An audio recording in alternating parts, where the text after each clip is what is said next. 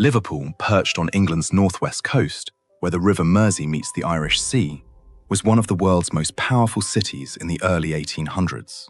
This booming port of 78,000 people grew rich on cotton, tobacco, and sugar, wealth that built grand Georgian buildings, elegant squares, and cultural institutions, but left most residents struggling in crowded, disease-ridden neighborhoods, choked with horse manure and coal smoke. Today, advanced AI technology allows us to transform centuries-old engravings and paintings into photorealistic recreations, bringing these lost streets back to life. Join me as we step into the Liverpool our ancestors once knew.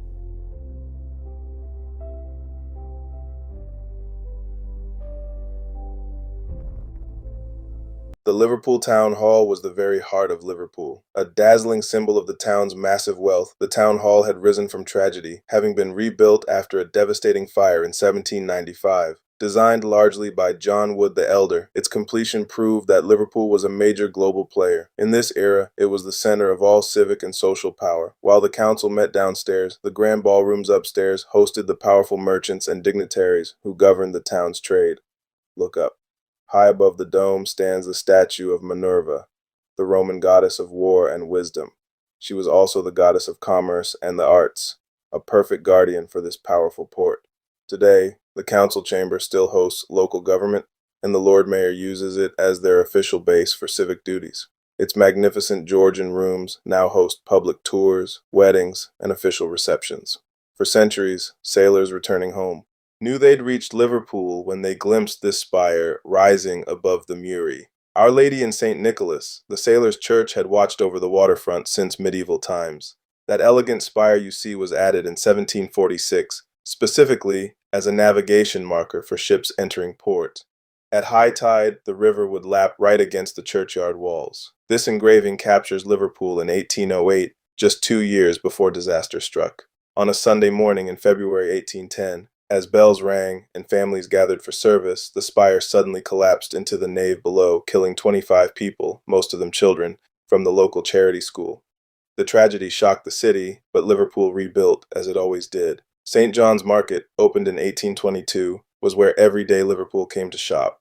Built on the site of the former St. John's churchyard, this iron column hall brought order to the city's chaotic street markets, offering shelter and, theoretically, better hygiene for hundreds of vendors selling meat, fish, vegetables, and household goods. The cast iron structure was cutting-edge Victorian engineering, creating a vast open space where Liverpool's population gathered daily.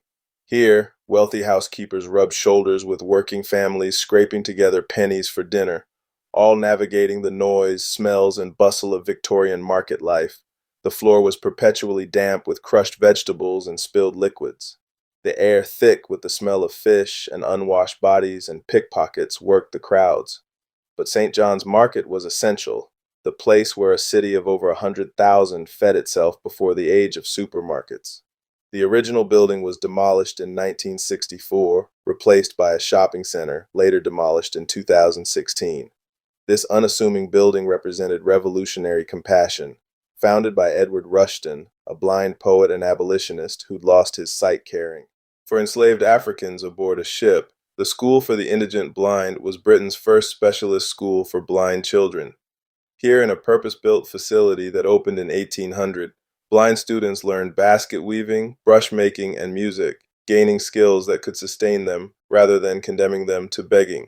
The adjacent windmill was one of 74 windmills that dotted the city between medieval times and the industrial age. Rushton's vision was simple but radical. Blind children deserved education and dignity, not pity. The school's strict schedule, rising at 6:30 a.m., in bed by 9:30 p.m., learning trades by touch, transformed lives. When Lime Street Station expanded in the 1850s, the building was demolished, but Rushton's legacy endures in what's now the Royal School for the Blind, still operating today. St. Anne's Church stood as a quiet refuge in Liverpool's rapidly expanding cityscape, built to serve the growing population. Churches like this one provided not just spiritual guidance, but also vital social services, registering births, marriages, and deaths, running charity schools, and offering poor relief. The churchyard would have been crowded with graves as urban burial grounds struggled to keep pace with Liverpool's booming population.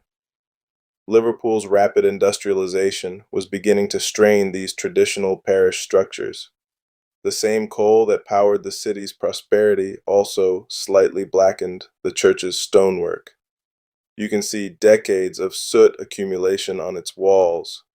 Within a few generations, many of Liverpool's 18th century churches would be demolished or rebuilt as the city continued its relentless expansion, making way for warehouses, railways, and the infrastructure of Victorian commerce.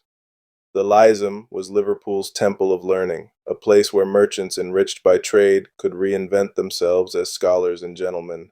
Built in 1802 to house England's first subscription library, founded back in 1758 by a small literary club, the building offered escape from the rowdy coffee houses where business was conducted amid tobacco smoke and deal-making. Inside its magnificent circular library, over 10,000 books lined the walls beneath a soaring dome, while the newsroom provided access to newspapers from London, Ireland, and the provinces. For an annual subscription, members could sip coffee in elegant surroundings and discuss philosophy beneath busts of Shakespeare, Milton, and Homer.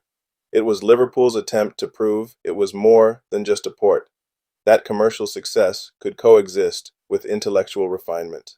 Today, the Grade II listed building survives on Bold Street, used for many different purposes, but it's now home to a miniature golf and bar venue, having narrowly escaped demolition in the 1970s, thanks to a public campaign to save this architectural treasure. In 1825, Gallows Mills on London Road stood at Liverpool's edge, where city ended and countryside began. These windmills, grinding grain for Liverpool's growing population, bore a grim name. Nearby stood the gallows where public executions took place, including 4 Scottish rebels hanged in 1715. The scene captured here, cattle grazing peacefully, windmills turning in the breeze, unpaved roads, and scattered cottages, was Liverpool's last gasp of rural life before urbanization consumed everything. Within decades, this pastoral landscape would vanish beneath streets, houses, and industry as Liverpool's population exploded. The windmills themselves wouldn't survive. Most of Liverpool's 74 windmills were demolished by the late 1800s as steam power and railways made them obsolete. Today, London Road is a busy urban thoroughfare, and nothing remains of Gallows Mills except historical images like this one. Lime Street Station opened in 1836, brought the railway age to Liverpool's doorstep. This magnificent neoclassical building served as the city center terminus of the Liverpool and Manchester Railway, the world's first intercity passenger line. The railway had proven spectacularly successful, carrying hundreds of thousands annually and slashing journey times between Liverpool and Manchester from 4 hours by coach to just 90 minutes by train. This building represented more than a station. It was a declaration that Liverpool, already master of the seas, would lead Britain into the railway age. The original structure was demolished in 1849 and replaced by a larger station. But this first Lime Street marked the moment when steam and iron began their conquest of distance, forever changing how people and goods moved across Britain and the world. This was just a snapshot of Liverpool in the early 1800s. There is so much more to see. So, if you enjoyed this step back in time, please hit the subscribe button so you don't miss where we're going next. Thanks for watching, and we'll see you in the past.